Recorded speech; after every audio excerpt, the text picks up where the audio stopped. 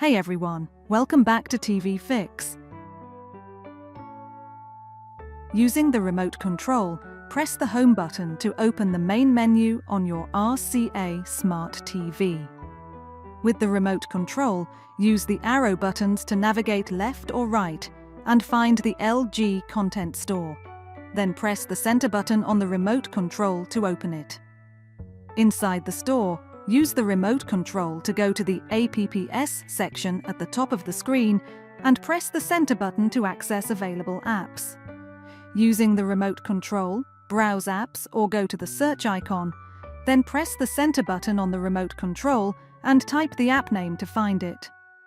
With the remote control, select the app you want, move to the Install button, and press the center button on the remote control to start downloading. Wait for the installation to finish, then use the remote control to open the app or access it later from the home menu. That's it for today's tutorial. Thanks for watching TV Fix.